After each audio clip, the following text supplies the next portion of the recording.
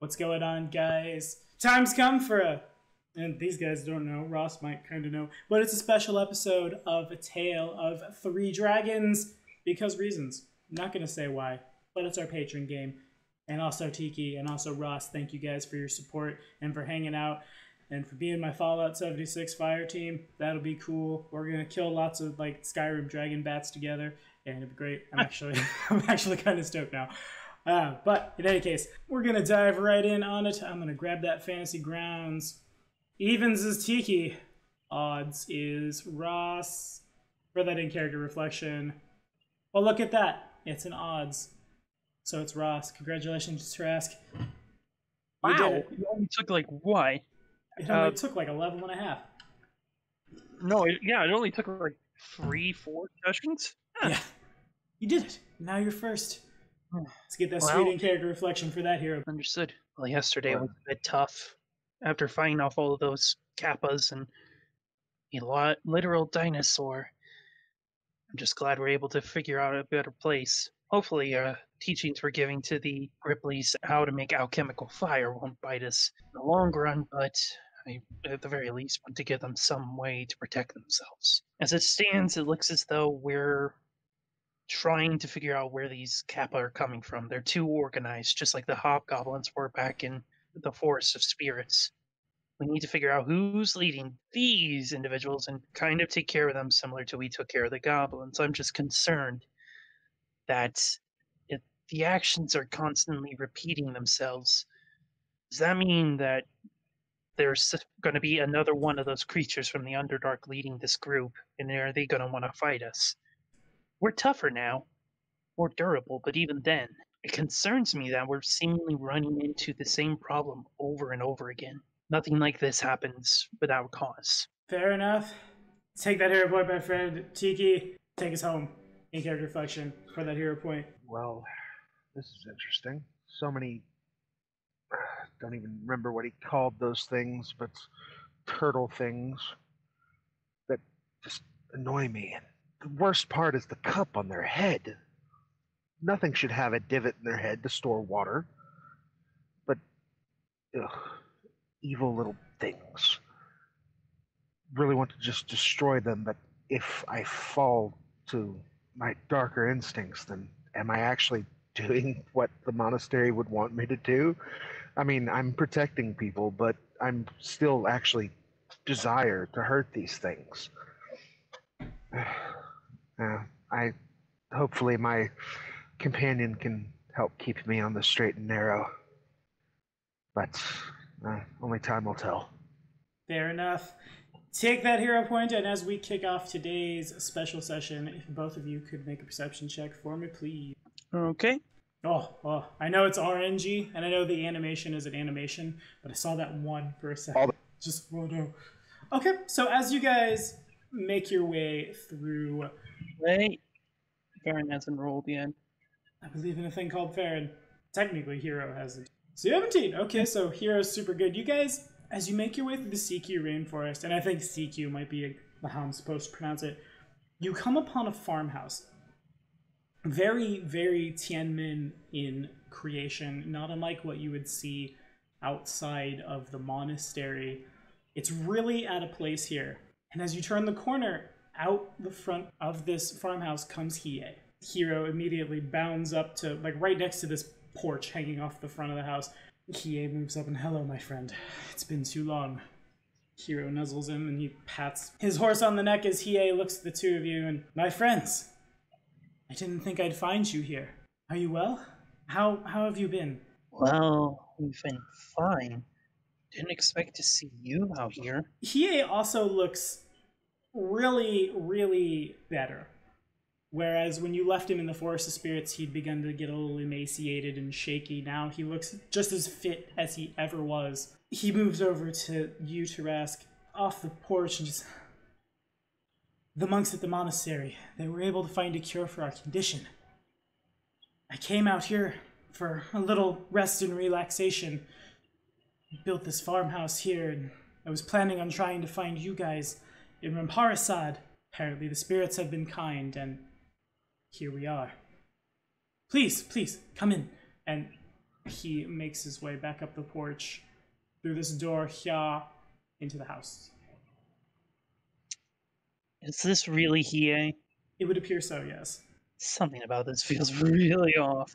Hiei makes his way over to this table here, and he sits down. It's pretty bare bones, the place is, but that doesn't make it any less, like, homely. He begins pouring sake for himself and for you, Andrew, as you approach the table. Tarask's still outside with Hiro, Hiro actually is going to move over in the direction of this well and begin just eating some grass here. I'll walk inside eventually. I'll just walk inside and sit down at the table. It's just kind of weirding me out, this entire situation. Hiei, as you sit down, just, yes, my friend, here, and pours you a little bowl of sake. He raises it to our health and longevity, and downs it. Also drink it. Okay. It's pretty high quality stuff. Yeah, kanpai. So, how have you two been? I see, Anu, your torches have turned into scythes, and you, Tarask, you look more, not bigger in size, of course, little rat folk, but in stature, you carry yourself with more poise. Our travels have been tough. Yeah, we've had an interesting time managing to get this far, but for the most part, it's been going well. Good. I'm happy to hear that. Actually, I was planning on setting out in the morning. Ramparsad isn't too far from here, if you know the locals and how to get past them. I've seen the Kappa have been a little restless lately, but I believe it'll work out in time. They aren't normally this riled up, and if anything, the great teacher at the university in Ramparsad should be able to help set them straight. Probably just need more cucumbers and horse flesh. He looks out the window at Hiro, who continues just grazing by the well nonchalantly. Yes, some of them decided that they were going to partake. That did not end well for them. I can certainly imagine. I've never known you to have much restraint. It is one of my flaws. And we all have them. Well, I was intending to bed down not too long, and the sun is getting kind of low. I was intending to bed down not too far in the future, and first thing in the morning, I was going to set off, of course, with my friend over there. The journey may be a little more cumbersome, what with the rainforest, but if you'll excuse me. He gets up, and there's a bedroll in the corner. He lays down. I think people are actually acting a little weird, so trying to figure out what's going on. Okay.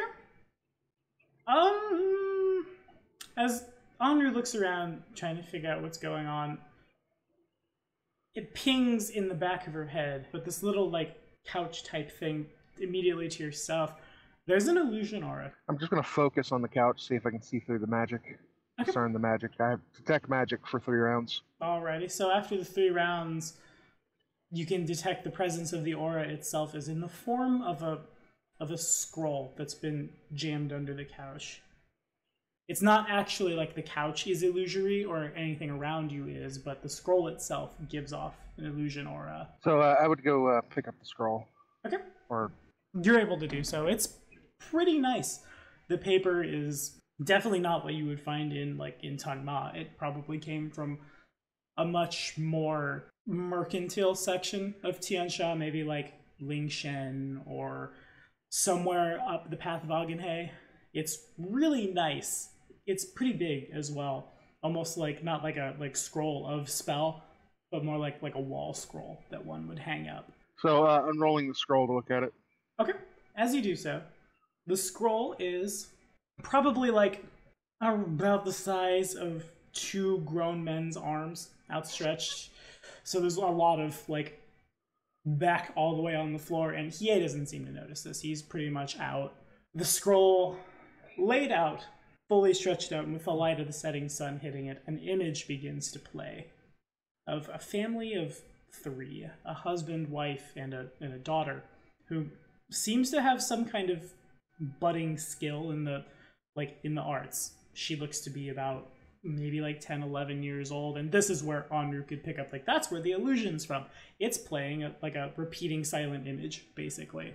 Not a real thing, but it's there. The image starts to skip a little, and kind of as it plays, as you assume from the point of view of like mom or dad, when they would like blink, the image blinks as well. The image gets up really close to her and just kind of out of nowhere picks this poor girl up by the throat and begins just punching her about the face and neck with the other hand. The scream is obviously silent because it truly is a variant of silent image. It's not making any noise, but it calls out. And at the end of the scroll, a big circle running around, because the image stops probably like 6 inches short on all sides of the scroll, of like a circular shaped imprint almost fades onto the scroll. Where is Tarask? I wouldn't really move. I just kind of watched Onru as she's doing all this. Okay. So then only Onru hears this, because Tarask isn't watching the scroll. As this circle comes into full, the whole thing winks out and the scroll of its own accord back up. And Onru knows she has spell resistance. Onru knows she has to voluntarily let it down for someone to like message at her.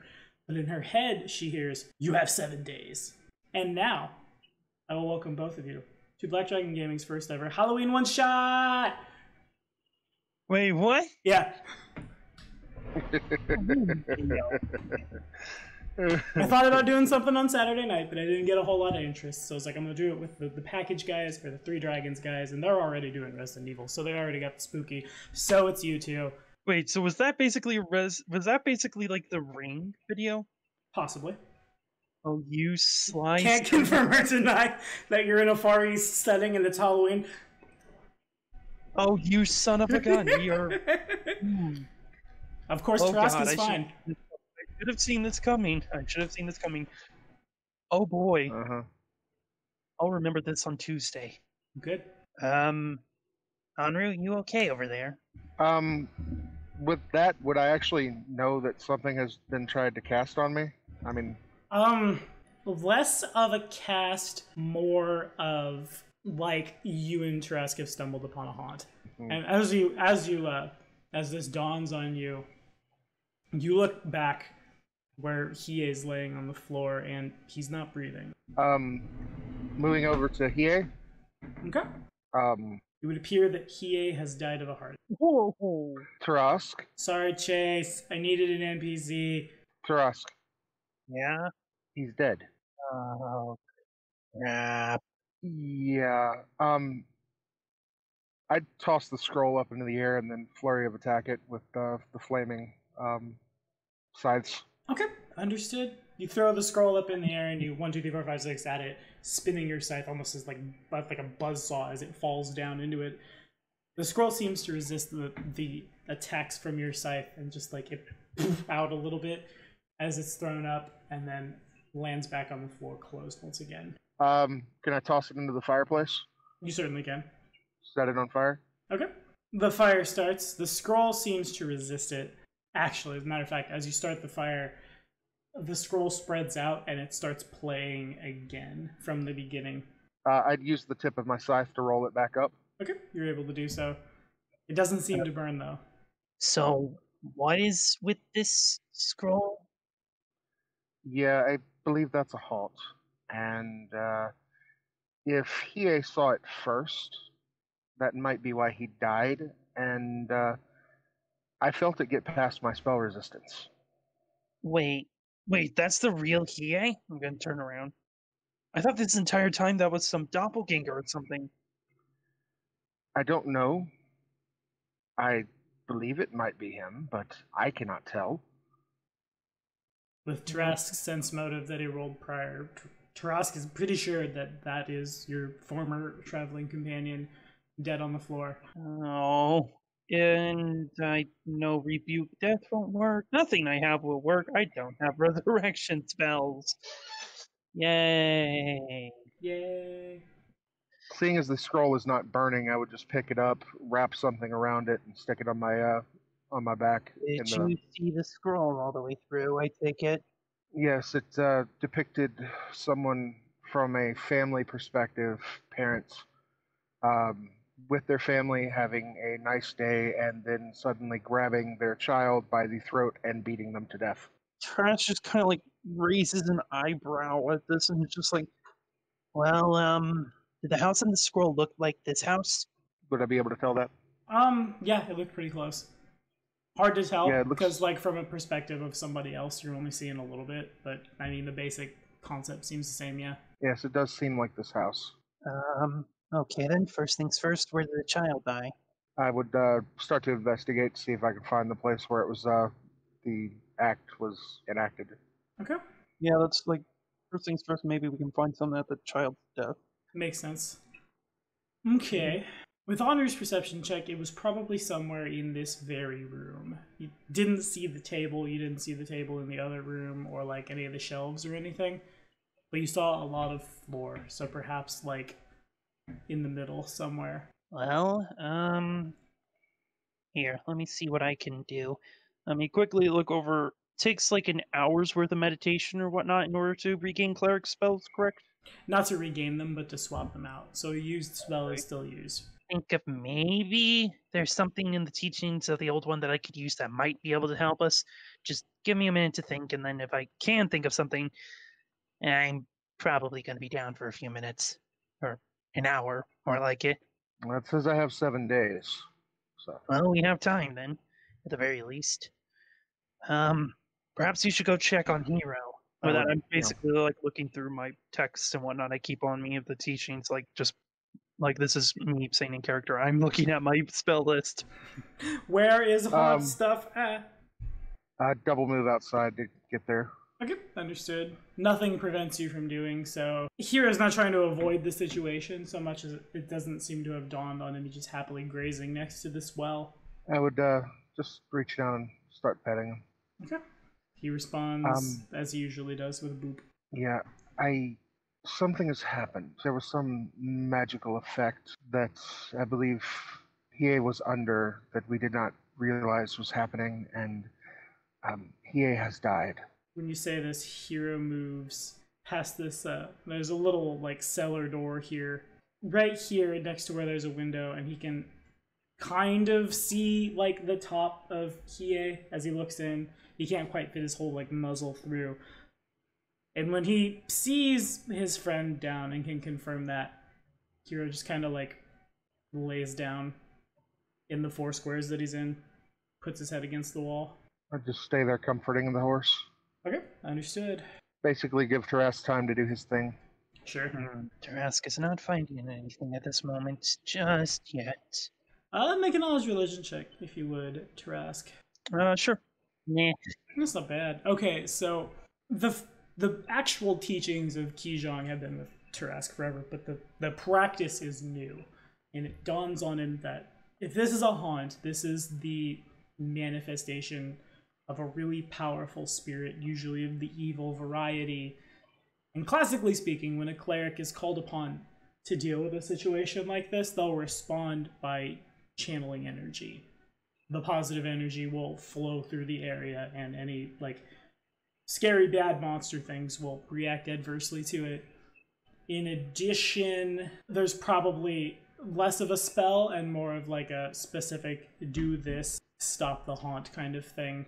And, like, spells like Speak with Dead might interact. I think Speak with Haunt literally is a spell. It's Cleric 4, Shaman 3, Witch 4. And it's Necromancy. Yeah, no, I'm not getting it.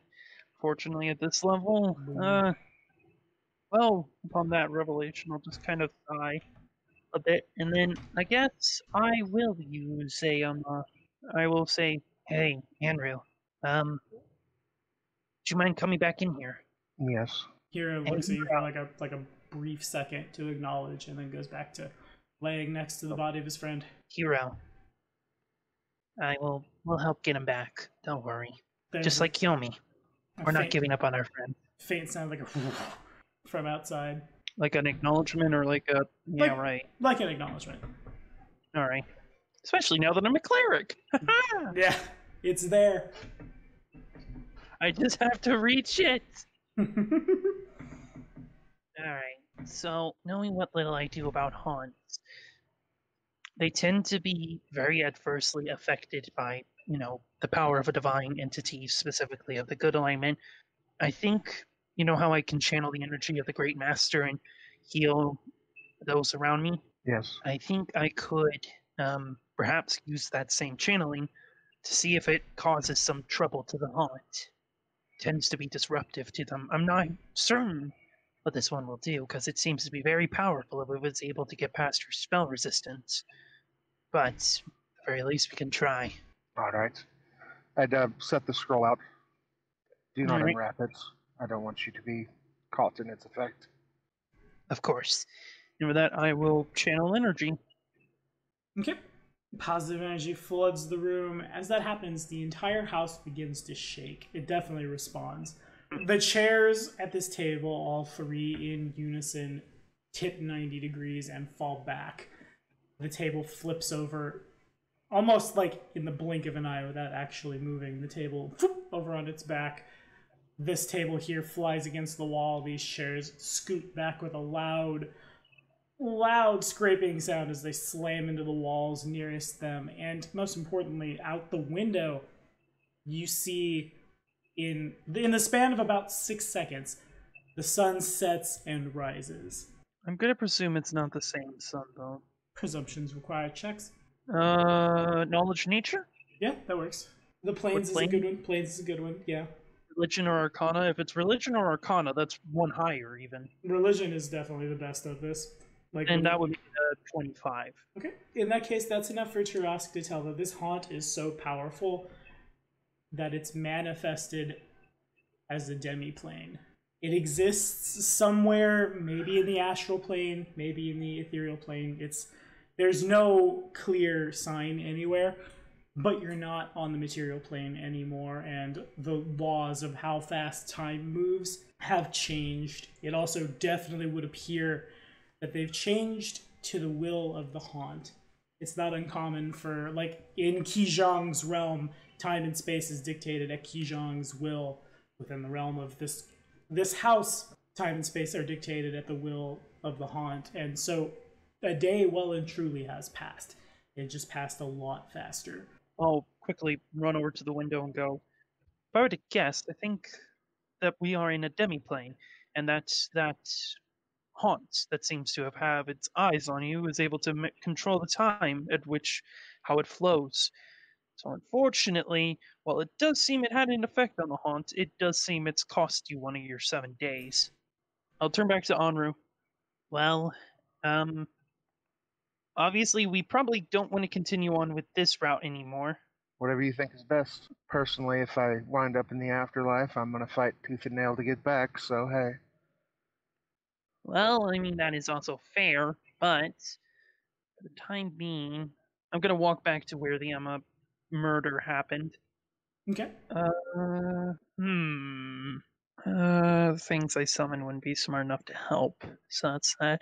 Obviously, there's Detect Evil. I could use that, but I think I'm going to need something a bit more powerful in order to get something. Anru, if you have anything you want to do, go ahead and, I'm going to take a moment again to look over the stuff. Hero's taken to pacing. Oh, there it is. I'm gonna, at this point, pause and say, I might have a couple of ideas on how to ask this entity for assistance. I just need an hour or so, but I do have a couple of spells that might help. Specifically, there are 2 that I'm gonna, over the time of an hour, redistribute my 2 spiritual weapon spells into these spells.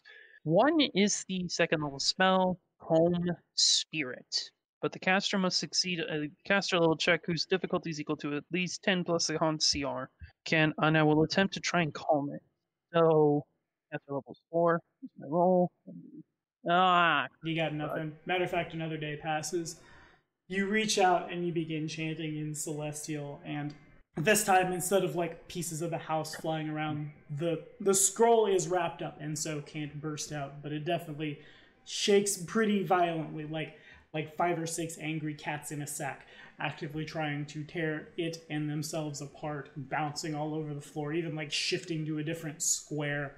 As at this point now, Hero's getting a little upset. Hero continues just like running around the house, making loud horse noises, almost like galloping at full bore as the day goes from morning to night to morning and 2 days have passed. Yes. Hero, please calm down.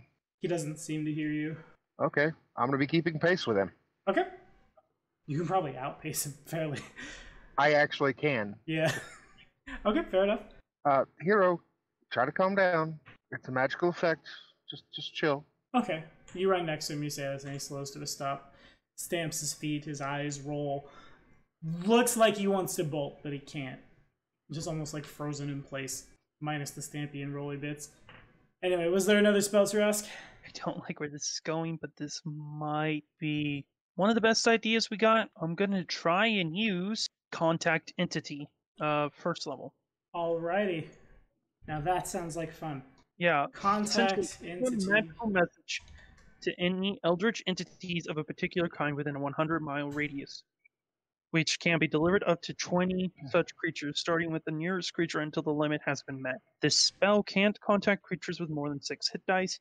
You can't send a specific message, but the spell can be categorized as an open invitation to make contact and establish communication. If there is an appropriate entity within range, the spell succeeds automatically. You don't know whether the spell was received, nor any specific details about what creature received it or how many creatures that received the message, no location in the distance from where the spell was cast. Because the spell doesn't call or summon a target, the target must have its own way to reach the place where the spell was cast. And how creatures respond to a contact spell is circumstantial, and it is possible that creatures will simply ignore the spell. Okay. It's basically like, hey, GM, I am actively giving out you a sonar thing to call in monsters. Yeah. A bunch of 6-hit dice ghosts swarm the house. So this spell takes a little while. It takes a full minute. You draw in the floor just quickly, like you scratch the 5 spokes of the wheel that are Kijang's holy symbol with the circle in the middle, and you begin praying. A minute passes and nothing happens. Anyway, please try to keep calm. If you need to, just close your eyes. We are trying to deal with the thing that has cast magic upon Hiei and myself, so I shall return again. Stepping inside, I would actually look down to the scroll, seeing as that seemed to be the starting of the thing, and basically just speak to it. So, I don't know if I actually need magic to speak to you or not. You seem to interact with me just fine. But would you mind informing us as to what cowardly reason you have of dealing with people this way? Okay. Does the scroll remain wrapped up?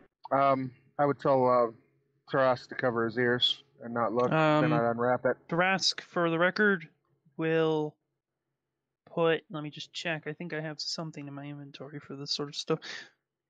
Basically, I was going to put like cloth into my ears and whatnot, and then kind of like wrap a blindfold around my eyes. So that way, even if I did like release my eyelids or remove my hands, I couldn't hear. Makes sense. Okay. Like I'll tell Onru, tap me when you are done with this, and then I'll like blindfold myself and, kind of put the blockers in. I'd unwrap the scroll. Okay. As you do so, the horrific images play again, front to back. Except you don't hear the "you will die in 7 days" at the end of it. The scroll doesn't respond to any form of communication, it seems. Again, with the cowardliness. Like I really need to see the horrors that have happened in this house. When I cannot solve them, cannot stop them. It's not like I can travel back in time. Give a wizard an inch, he'll take the entirety of space and time with him. Accurate. And yet you persist in showing me the death of that poor child. No response. You have nothing else to say. It does not. Oh, fine. Time will come. I may have a heart attack, or you may show up to fight me. Whichever comes may come. Wrap it back up. Tap Tarask on the shoulder. Okay. I'll pull up the blindfold and kind of like remove my, the plugs in my ears. Sort of like makeshift plugs. Anything? Did you find anything new? No, it just enrolled itself when I unwrapped it and played the same stupid thing again. It also did not show me the child's death, or rather did not tell me that I would die after 7 days after showing me the child's death. Perhaps it only affects one person well, let's not test that one. I say just kind of like interrupting myself. But well, since you can safely view it, did you catch any other details about the room or the circumstances in which this horrific event occurred that might be specific? Spirits tend to bind themselves to an area through specific objects, memories, places. The only reason a haunt like this would exist is because something very powerful died here and something very emotionally tragic. Like, the more emotional an event is, the more likely it is to create a haunt. That's why they're called haunts. You don't tend to find them in happy places like libraries. No, I'm whatever the opposite of patricide is. Did you happen to notice any other details about perhaps the parents? Did you see anything about their eyes or anything of that nature? What they were doing? Well, once again, turn your back and I will look. I was not paying that much attention to it now that I know you wish me to study. Well, it's essential. After all, we need to find out the conditions in which this haunt was created if we wish to have our best chance at destroying it. And I will do so. I say, kind of, once again, Created. re-putting the blindfold over myself and the earplugs in. Okay. So Yeah. Honor plays it back, and you don't really get that good of a look at their eyes, especially like from the point of view of you assume the mom or the dad again that you're looking at the world through. But they, up until the point where one of them snaps and kills their kid, they seem fine. I'm gonna see if I can use a use magic device check to try to force the object to show me a different perspective. Okay. And it will not. It will not. It's actually, I will hero point that. okay, sure. And I get a 4. It will not. Never mind. It still will not. Try as you might, you realize you're shouting at a Wasted silent point. image. It does not want to do anything different. Aw.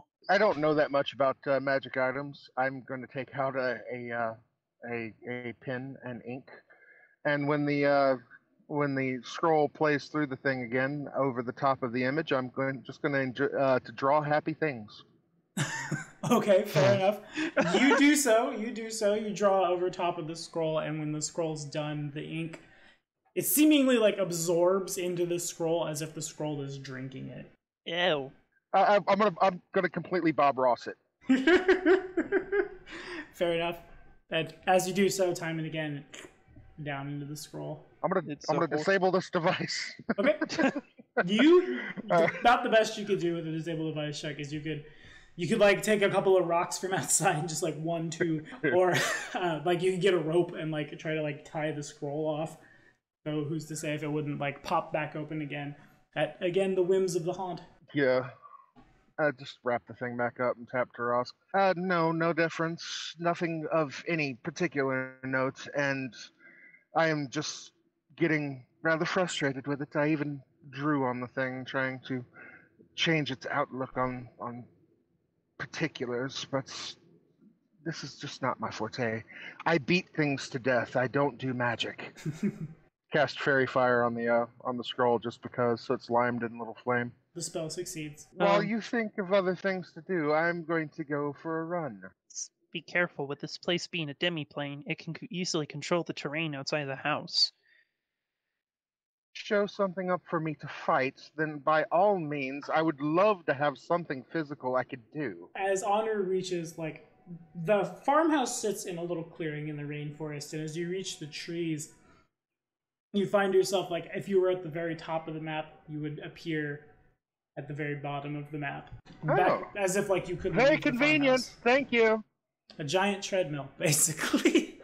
One man's demiplane is another man's giant treadmill. Very convenient, thank you. And I would just run as fast as I could. Okay. Without using any of my consumables.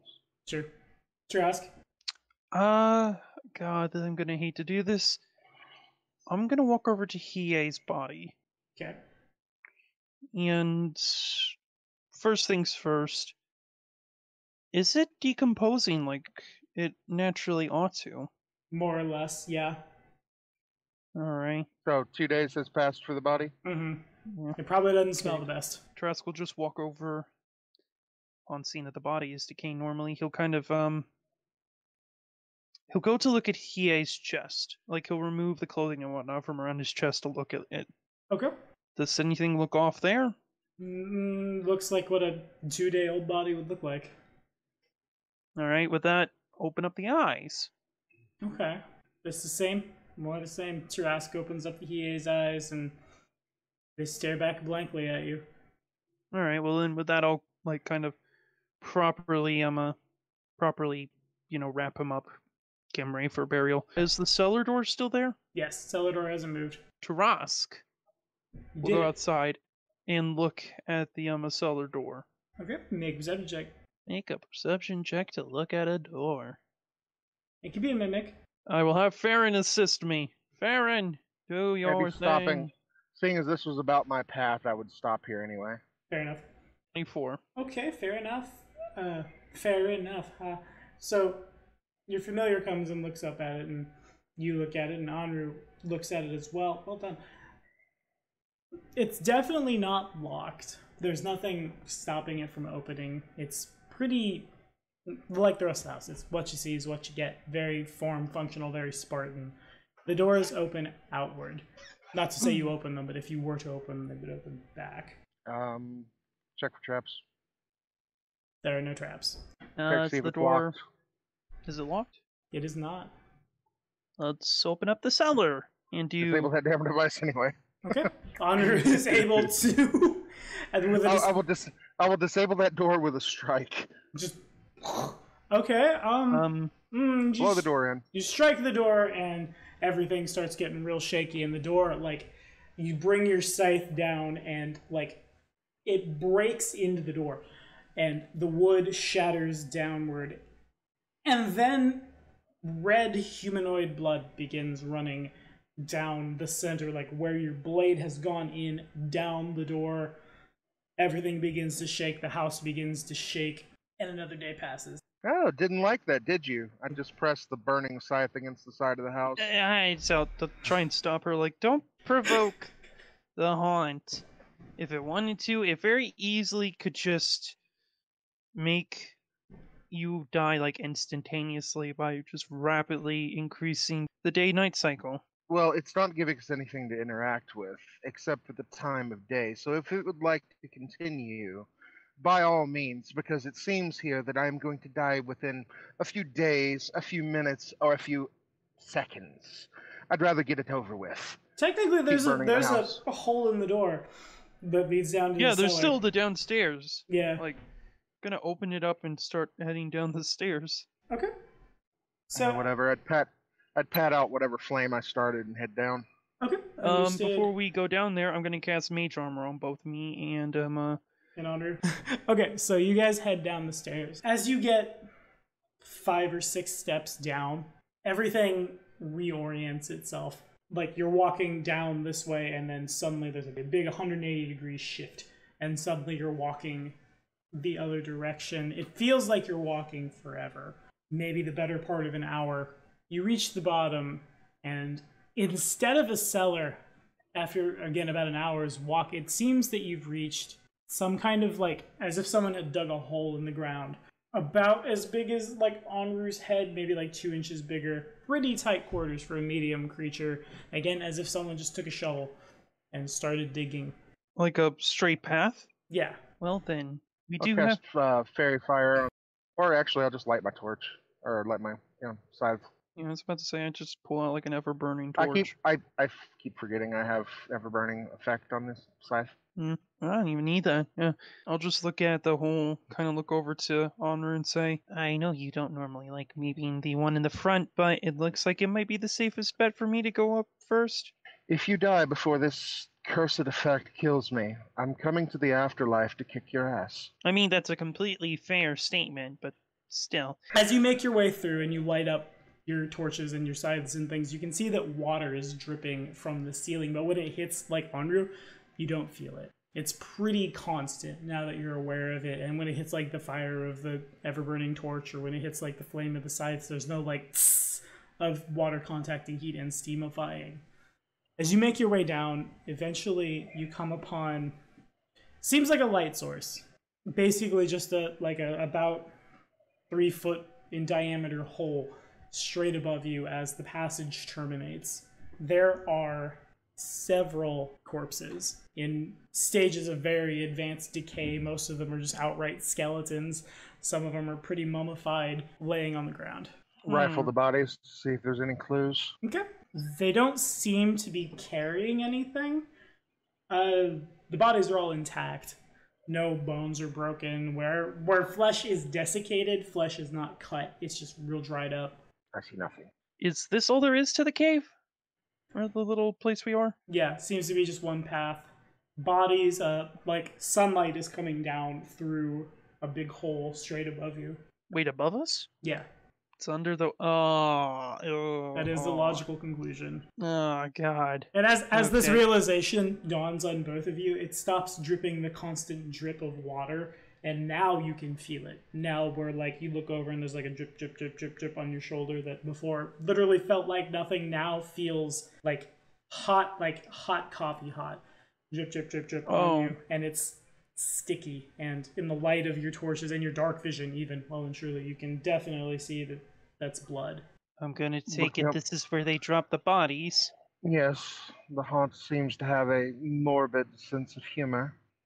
Well, Honor's messing through the rest of the bodies. Well, how many bodies are there? There's a couple of bodies that are basically just skeletoned out that are about the same size, and then looks like 4 more on top of that have less attention has been paid to them, and they're just more like desiccated, rotted, gross, strangely dusty, also humanoid bodies. Would you happen to have the floating disc spell? No, unfortunately not. Well, But I am curious about something. And with that, I'm going to reach into my pouch and pull out a grappling hook I have. Grappling hook! I don't... Does the grappling hook actually come with the launcher, or do you need... No, like, no, there's no launcher. It's just a hook. You would attach it to rope and throw it. you throw it. Could I shoot it off a crossbow? That's a grappling arrow. That's And a grappling but it hook. doesn't come with rope, is the thing. Okay, well, I have rope. I have 50 feet of hemp rope. Does it look like 50 feet would be enough to get up there and still, like, you know, have something to climb up against? It might, yeah, maybe. Unreal. You think you can get this all the way up to the top? I say, kind of just like tossing her the grappling hook with the rope. Well, it's worth a try. Okay. Curious I if don't have perhaps any. this will cause a reaction that we haven't seen yet. Okay.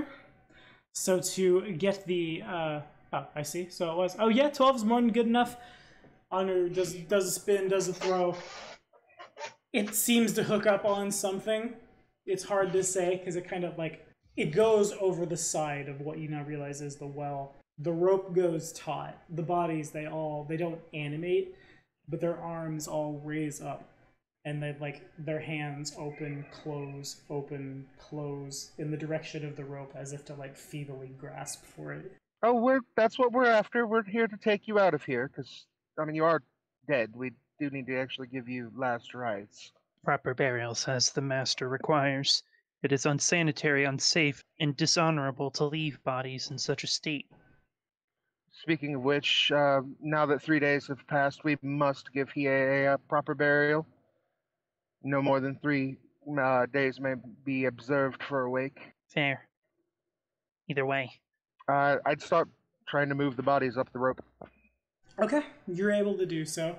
To do this, you'd have to like fire him and carry a body over your shoulder and then like balance it as you like pull yourself up one-handed. It's a little awkward, but you're able to do it. Actually, matter of fact, as you go to start climbing, the corpse itself, its hands, which feebly attempt to grasp the rope, would grab the rope as well, almost to assist you. So desperate it is to make its way out. You look up, and definitely it's probably about 50 feet to the surface, but the climb seems to take forever. Making back and forth runs. You get about 20 feet up the first time, and like though you continue to move up and the sides continue to move around you, and somehow the bottom seems to get progressively farther and farther and farther away, you never reach the top. It remains the same. The bodies, after a couple minutes of this, around the time you realize, hey, I'm not getting anywhere, the bodies all begin a slow, just they let go of the rope. Well, body singular. You definitely could not carry more than one like this. Whereas before, the well didn't have anything like in it or covering it. A red sheen, just as if like an eyelid were to have closed over the eye that is this well. It goes over top. Definitely 100% you assume consistency, definitely the smell and the color. Tarask on the ground, the other 4 bodies begin grasping at your robes. They contact mage armor, and there's the static that would ensue from hitting that barrier, but they seem not phased by it. They push their hands through and they begin making this as well as they begin like pulling at your tail, pulling on your legs, pulling on your... That's fair, yeah. Pulling on your robes. From Tarask perspective, Anru is pretty close to the top. Anru, how's it coming up there? You don't hear him. I just keep going. Perseverance. Fair enough. Make a reflex save. Can I still sense Farron? Yes, you can. Farron would still be nearby by Hero at the pool. Mm-hmm. Okay, so with the dirty 20, Anru suddenly, as she continues, just perseverance, up we go. You feel something push down on you with an otherworldly force. The body falls off your shoulder. You're fine. The reflex save is technically a pass, and you're able to hold on as something pushes down. It becomes obvious really fast that it's not you they're trying to push, it's the body, and the body continuing to make that just faint, raspy over and over and over and over, seemingly to fall forever for you, but for Tarask only to fall like 6 seconds before it just like with the snap of a neck collides this part of your dome first with the bottom of the... I'd wrap my arm in the rope so that I could get a seeing as I have bracers. Sure. And use that to slowly slide down back the rope to get back to the bottom. Okay. This takes you about an hour of just nothing but slide. But eventually... Does it take an hour from my end? Yes. Wow. From your perspective, you just stop being able to see her for a while, and then at a normal rate, she makes her way down to the bottom. What does Farron see when Farron gets to the top of the well and tries to look down? Make a perception check, if you would. Farron has good perception. Please, Farron. Natural 20! Nice. Okay. So it doesn't see Farron. Or if it does, it doesn't seem to care. But standing where it is on the board, looking in the direction of the still open, still bleeding cellar door, she looks to be about 10 or 11 years old, dressed entirely in white, head to foot. Her hair runs down to like the small of her back. Farron has a sense of smell, despite being a figment of your imagination, and he like seeing this thing, and the smell of like blood and mud and dirty water and worse covers this woman. She absolutely reeks. The hair also like falls straight down over her face, completely obscuring it. From time to time, her hands come up to like move a little, and as they do so, it's very, very shaky. And sometimes it's so fast that Farron can't even quite...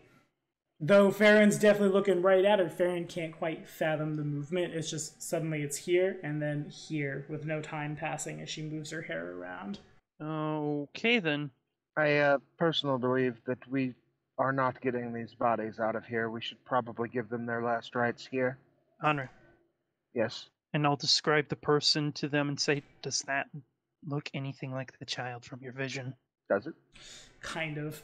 It's hard to say because you can't really make out any facial features, but it's definitely female and it's definitely around the same age, so it's a logical conclusion. Pass that information on. Okay. That thing is at the top of the stairs we climbed down. It doesn't seem to have noticed that Farron is more aware than the average cat is. Well, hold on then. And I'd go to put Tarask on my back if I could. Okay, you're able to do so. It's just like, oh, okay, yep, okay, this works. Full run down back the way we came down the path. Okay. Through the tunnel? Yeah, because that tunnel is at the stairs. That's another way out. But full run for me, considering a 60-foot movement speed times 5. Is not slow. Okay, fair enough. Enru takes off. As you grab Tarask and take off, the hands of the corpses still reach for that rope, and the one that broke its dome also broke a lot of its body. One of the hands from the dude that just fell is totally shattered and all mangled and broken. It reaches feebly as, like, the pinky finger that broke off just kind of stands straight upright doing this. Red rumming. That's another horror joke that I've accidentally made. The direction of the rope, trying to grab onto it. Enru is completely wore out by the time Enru reaches the top. Back up the stairs that quickly, like, whip back in the other direction before reaching the top of the place back on the ground where it looks to be about midday from the morning and when you set out. The creature has disappeared, and Farron would see pretty much, like, as soon as Enru would have line of sight over the ground and up here, it simply vanishes. I just look around and say, literally, just as you would have gone sight of it, it disappeared. Well, you see if you can make contact. I don't know if another day has passed, but we must bury here. So I would actually start looking around to see if there's a shovel or anything. Yeah, there is. Basic farm implements in addition to a shovel lead against the house. I would start towards the top up here in these two squares. Okay. I would start digging a grave. Alrighty, you are able to do so. It kind of would beset us, though, to have the body on us if we're going to try and resurrect him, because that makes it so we can use lower level resurrection spells easier. Would you really like to? Do you have gentle repose? Yeah. How long does that last? Because I personally think we should have cast that on him at the beginning if we were going to. If Tarask were to cast it, it would last for 4 days. Yeah, so you'd have to cast that every 4 days. Well, all right. I'll reallocate another spell slot. To do that, I think that's my last free one that I actually have power over. And that's my lesser restoration one. But Okay. still, I'll use that. Alrighty. So are you all right? Well, we have a 3-day-old corpse, and it's perfectly preserved at the. It won't decay from the 3-day-old point, but the 3 days of decay resolves. That happens. It's just not going to get worse from there. It stops at the 3-day mark for the purpose of raised dead. This is unfortunate. Now I'll need to keep casting that, but hey. I'm going to go ahead and say right now, unless we can resurrect him within the next 4 days, we would be better off burying him and coming back for the body at a later date. The problem is this is a demiplane. If we remove this item, his body may stay here. Then we should probably cremate him and take the ashes. Would that work? It's DNA. It's not an intact body, but it is DNA.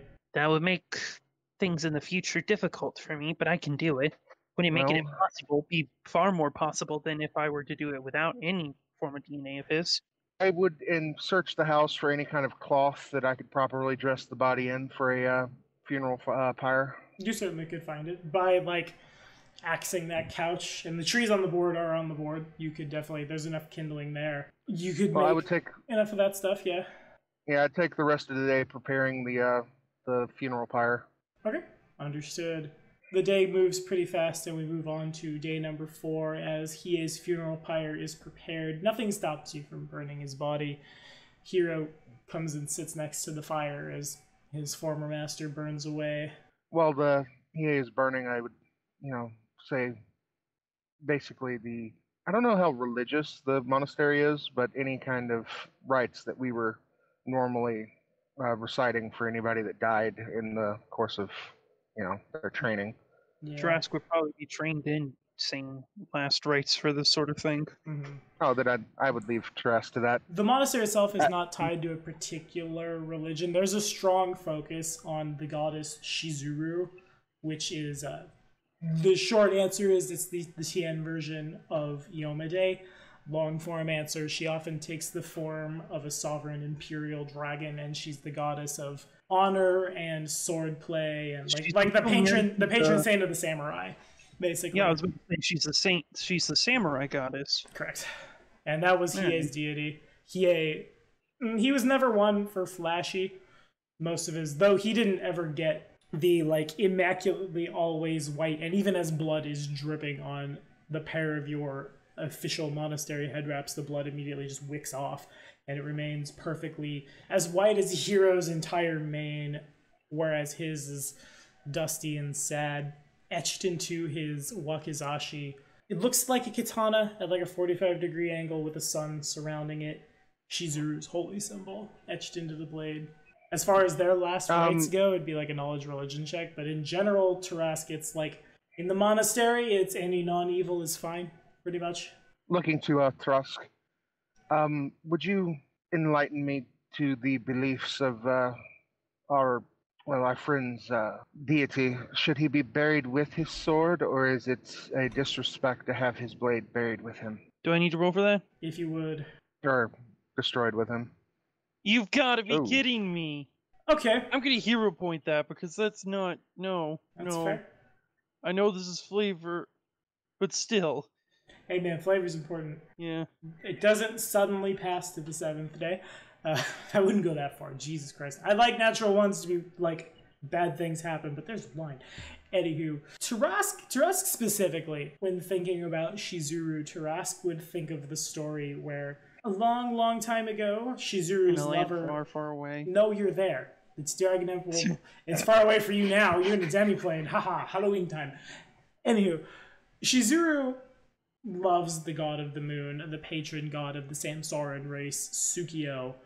Tsukio's brother, Fumeyoshi, a long time ago, grew jealous of Tsukio's relationship, and killed him. And it was Shizuru who successfully requested the aid of Kijong himself to bring another god back from the dead.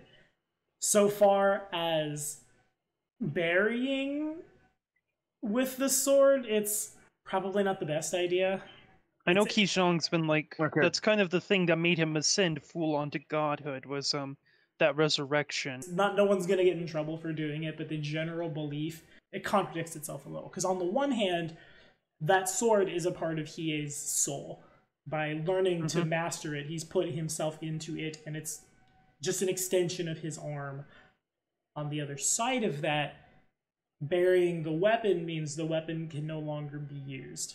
And he's gonna... We do plan to resurrect him, so I will say, no, we keep the sword pristine, cleaned, and ready for when we bring his master back to use it. Yeah, the same as Kiyome's weapon, then we would actually use it if need be, have our friend there in battle with us. Is it just a katana, or is it a full daisho? Hiei has one non-magical wakizashi. All right, so I would actually take the sword myself, because if we're going to need to be using it to honor our friend, I actually have proficiency. Okay. Mayor, I'll get that. I'll hand that to you, and then I guess I'll gather the ashes together. Well, Haunt, despite things, I'm actually getting past my anger at you. You probably should not have had whatever had happened to you. With the description is correct, and you are the child and not the parent from the scroll. If I knew where your body was, I would also offer you a proper burial. Still, you are acting rather as a spurned and spoiled child by killing others because you died. Okay. Speaking with the child spirit as an adult, as if it were an adult, because you don't baby children if you want them to grow up properly. You treat them as you would adults. Yeah, when you're serious talking, you get a serious talk. I agree. Next to Hiei's pyre, I believe you two have been acquainted with him. Thing. It's this one again. The spirit continues speaking, and it's backwards, but its eyes are fixed on the fire. Which is also, it's relevant to note as well that there doesn't seem to be any wind in this place. As the bonfire kicks up, the smoke goes up in a straight line, unwavering. Still saying the same thing from last time. Kinda, sorta. Lots of just, our spirits are one. One of us is gone now. He will never be complete. Looks at you, looks at Anru. We must be joined. Who are you? It turns and it takes a knee to be on size with you, and it gets really close to your face, Tarask, so much so that you can kind of feel your like essence being pulled in its direction. Not hard, but like a faint tug at your robes of your soul. Basically, just, we are one. We are brothers, you. I don't remember having a sibling. I do not believe that is what he means. I don't remember having a sibling either. You must escape this place. Agreed. We're trying everything in our powers. Do you have any insight? Roll knowledge, your call. I want to say Knowledge, religion. Roll insight Husband. check is what you're doing. Sense motive? Okay. No, not this isn't 5e. I mean, like, make a knowledge religion check. 26. Okay. With a 26, Yes. you definitely, through Farron's intelligence eyes, you got a lot of up close and personal view of this creature. And as you think it, the spirit, still just like right on top of you, sometimes when a person dies a violent death, they return from the dead as a twisted and horrific undead creature which is known as a Yurei. As the spirit says this, he says it 120% in time, with you thinking it just like in a line. As it dawns on you, it leaves his not mouth. These restless spirits remain consumed by their emotional torment and can feel a measure of peace only when causing other creatures to suffer as they did. To accomplish this, they haunt the people and places they knew in life, in search of fresh victims for their painful grasp. It says no more. With Anru's intelligence check, what you're doing isn't the worst idea. Speaking to the child as an adult isn't the worst idea, but this creature has been consumed with the need for revenge, rage, hatred, anger. Those who caused it harm have met their end. As Anru looks in the direction of the well, which you guys can see from up top is completely bone dry, the spirit looks in that direction as well. Now it simply haunts this place. As Tarask thinks it, the spirit speaks it. These creatures are occasionally known to enter things like statues, works of art. Their consciousnesses live within them. In this case, the entire form of the thing may well and truly live inside of perhaps a scroll with a silent image on it. So, in order to summon it, we need to harm the scroll? The scroll seems to resist harm. I sense you burned it. I sense you attacked it. The energy, the channel positive energy. The spirit nods and then starts backing away. It would be wise. I say, it seems as though you are... First, looking down to the scroll. Hello. Do you wish to come forth and actually face me? Conjuring up blood from nowhere, 4 hash marks within it. Yes, I know there has been 4 days past, almost 5, but I do like to get things out of the way. I'm very impatient, you see. I'm one of the faster folk I know. I would like to fight if you would be so kind as to give me a chance. What's Tarask doing right now? Tarask was... I thought I was going to get handed the scroll and use a channel positive energy on it. But since it seems as though Anru's talking to it, Tarask is kind of going to step back a bit. He's just going to observe. Okay. For now. Anru asks the Come scroll if the scroll would forth. like to fight. The scroll begins to rattle and shake, and it flies out of your hand, landing on the ground. And you see this creature crawl out from the scroll into the realm of the material. Its arms bent at like 5 different awkward angles. All of its movements that you can see are very, very robotic and jerky, but a lot of them just kind of happen. One moment she's chest up out of the scroll, and then before any time has passed, she's standing, as you see her token, on top of the scroll, wet, soppy, gross, black hair covering her, and she will grant your request. Roll initiative. Upon seeing the spirit showing up, I would just clap. Good, good. Come make yourself the master of your own future. Anru's first.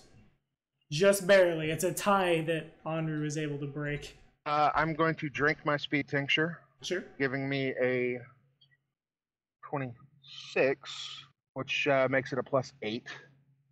Nice. I would slip into one of my stances The particular stance in question would be the reaching blade stance, which I incorrectly called the pugilist stance last time. I see. Fair enough. Goes to the spooky thing. It's gotta look at thing. Okay, cool. Ooh, that's nice. So the creature begins to move as it does so. Again, sometimes it's really shaky. Sometimes it just ceases to appear on one place, appears in another place. It moves over. This would provoke an attack of opportunity from Onru. So add 2 to this. Okay. Alrighty, it misses wide. You swing and it would have maybe possibly connected with her shoulder, but then suddenly her shoulder isn't there. Suddenly it's 15 degrees down and you miss. She reaches out her hand as she gets, she's gonna end up here. She reaches out her hand at Hero. Hero needs to make a fortitude save. That's a +8. Okay. So you want me to roll it? It is your responsibility. He's your dog. 22. Oh, that just edges out. Okay, so Hero can feel as the Uray reaches its arm slowly and then forward, the air begin to leave his lungs. Hero is staggered for 1 round. It's now his turn and your turn, as Hero just starts gasping for breath, as the feeling is not unlike being punched in the chest or falling over and having the wind knocked out of you. Tarask, you're up. Hero leans up and goes to kick, and this is like the Uray still has its hand out trying to Darth Vader him. Hero's hoof comes down where the hand is, and then in a flash, the hand is back down, almost limp at the Uray's side. Alright then. Well then, Farron is going to pop his heroic strength ability. Okay. I don't have his character sheet prepared, but that makes his strength just a 11 plus 6 in order to scratch at the thing. Alrighty. So Farron, duly noted. Farron has to enter the Uray's square to do so, because Farron is a tiny creature. The Uray turns. Farron will do it. It doesn't look, because again, its hair is just down over top of it. But Farron can feel the cold eyes of death upon it as it chooses not to take the attack of opportunity. The natural 20 hits. It's almost like Farron, and through Farron, you can feel the contempt in waves off the creature. You've seen it be able to defy space and time pretty easily, pretty quickly. It just it almost sticks its neck out to let Farron bite. Roll damage. Totally. But he rolls max. You did, yeah, and I don't think I have any. I don't. Okay, yeah, that digs in. It's said that a normal cat in Dungeons and Dragons can stand and fight a normal commoner. I guess it's true that a Sylvanchi can stand up to a Uray. It's just across her throat at the blasphemy of it all, at the contempt. It just if this was a sword, you might have possibly lopped off the thing's head. As it stands, cat scratch with the strength of a normal person. Tarask is going to spend a full round action, calling upon an ally. Okay, understood. Calling upon an ally of his. He's going to use his wizard thing, but he is going to cast Summon Monster 2. And the monsters I intend to summon, I am intending to summon 3 dogs with the Celestial template, because that is something that it notes that if I'm going to, that's for spontaneous casting, but I'm going to summon 3 doggos. Okay, is it not 1d3? Yeah, 1d3. Let me roll a 1d3. Please be good to me, Mr. 1d3. 1d3. 2. Alright, 2 doggos. 2 doggos. Okay, fair enough. So they'll act on your next turn, and it passes to Onru. Alright, so movement here, flurry strike. 18 misses. 15 misses. We'll pass to the Uray. The Uray is going to 5-foot step under this tree. She's still adjacent to Farron. Farron needs to make a will save. Uh-oh. This also would, this provokes from Onru, this provokes from Hero. I'll roll for Hero. Hero has a total of 20 and misses. Alright, so this is for Farron. Okay. 15. Okay. Onru and Hero both try to stop this from happening by swinging, but she kind of just Kukri comes this way, and then the Uray blinks past it, and then blinks down as Hero tries to kick, and the Uray just like gets his hands up under its hair, threading its hair through its fingers, and lifts it to reveal its face to Farron.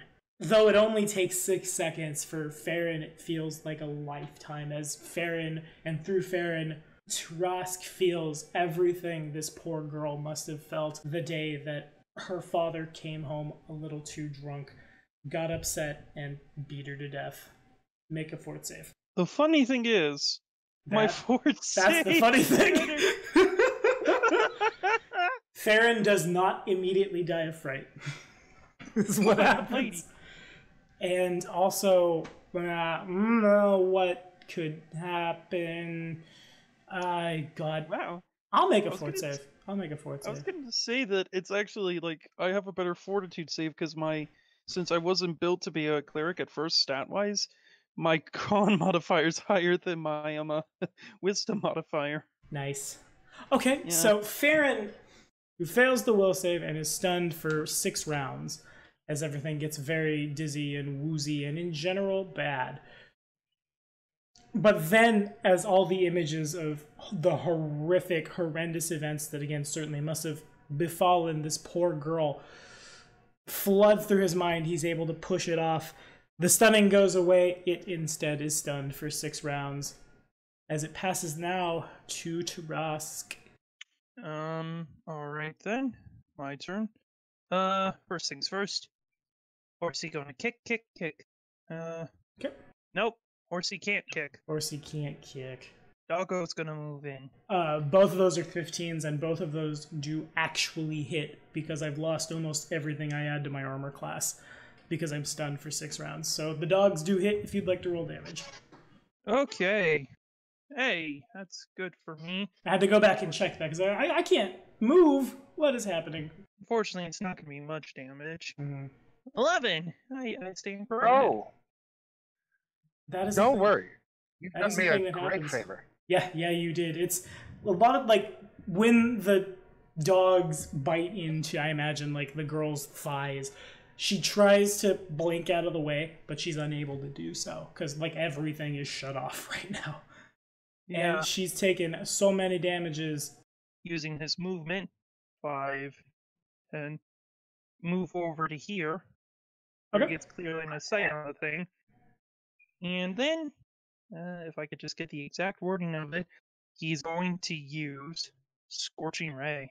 Scorching Ray, alrighty. I'm about 90% sure that spell requires spell resistance. That's just my caster level plus 20, right? Yep, d20 plus caster level. Crap. It fails to... So what happens is, this thing is, though it continues to be really jerky and shaky, it's almost like the shaking is more brought in on itself. Whether, like, not like to be scary or like this arm is broken but I must move it. Now it just like holds itself and shakes as its horror is pushed back upon it. You fire the Scorching Ray hits this thing full in the chest and then glances off. Well, that's my turn. Farron's still alive. The stunning was pushed away by the natural 20. Okay, then Farron is going to... Do I want to do this? It doesn't hurt. I don't have any mercies to affect this, so Farron's just gonna fly away. Okay. Flew up. I have no actions to take. Then it's going to use an ability I haven't used yet. Anru, you are under the effects of Farron's cat luck. As the Banshee adds its charisma modifier as a luck bonus on all its saving throws once per day. As a standard action, it can also grant this bonus to one ally within 30 feet for 10 minutes. It is a fine ability. 10 minutes of what, savings throw plus how much? Plus 1 to saves. Yeah, plus 1 to all your save. Anru, what you got? The summoner assists by overwhelming the enemy. All of those connect. Some of those are crits. Some of those would have connected at my full. 2 of those are crits. There's the confirm crit. It confirms. Would have in a 50. Alright. So... Ew. Yeah. How many of those hit? None of them missed.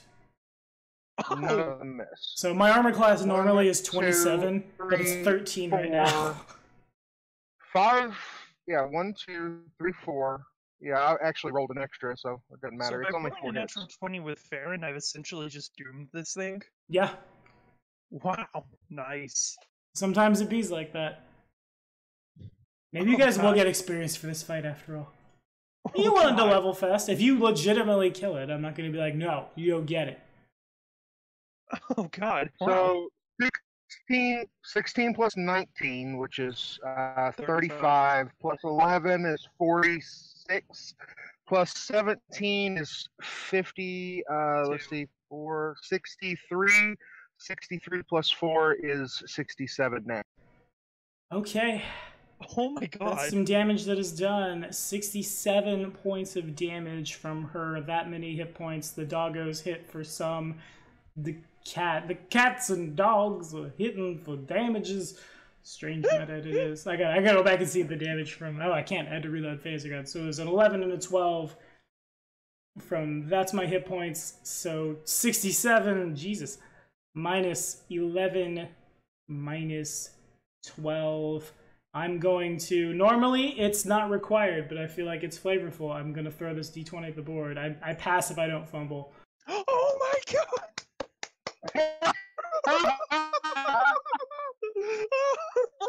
Okay, so I decided I would let it happen because she's stunned, and because I had to fumble to die from, well, no, actually, I could have rolled a 3.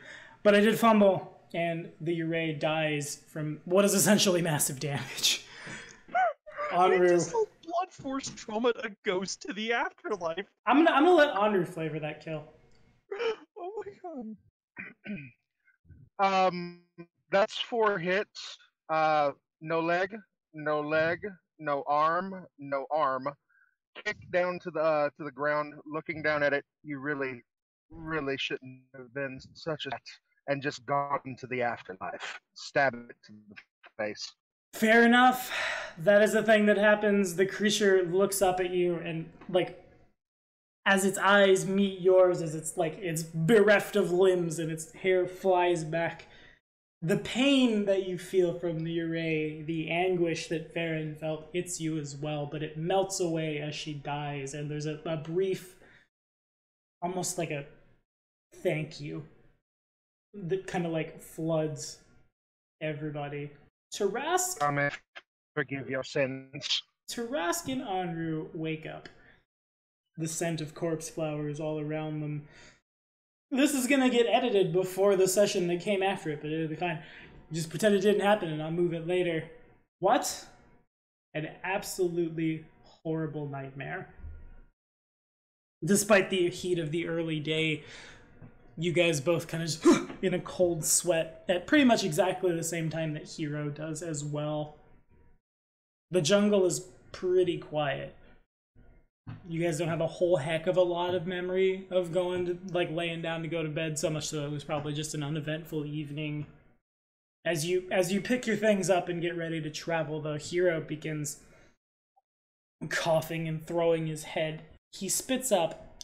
It looks like a giant black hairball, like big enough to clog the throat of a horse. It's painful to watch Hero hack this thing up. It's painful to watch, like, something this big just out of Hero's mouth onto the ground. We'll end by having everybody, if they could, make a fortitude save.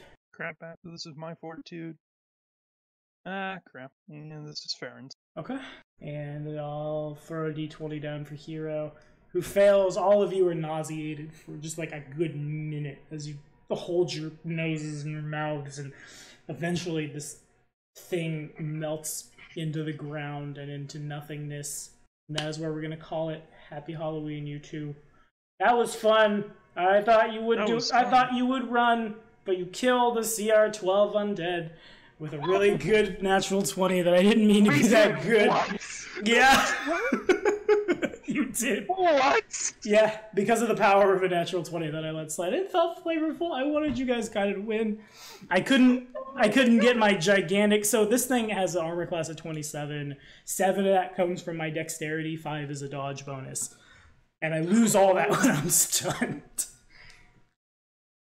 I can't make it go up any higher. I have something called Flicker, but it only makes sense that that would shut off to... Or no, Flicker is a +4 to armor class. I have Blink as a constant, but Stun seems like all the constants would fall off, so the Spider Climb and the Water Walk would too. Thank you guys so much for watching. I'm so sorry about all the connection stuff. I'm going to put these now 3 videos into one video on YouTube. It'll go live on Halloween. What's scarier, the fact that we were attacked by this thing, or the fact that we managed to kill it? I believed in you the whole time. Say bye, guys. Bye.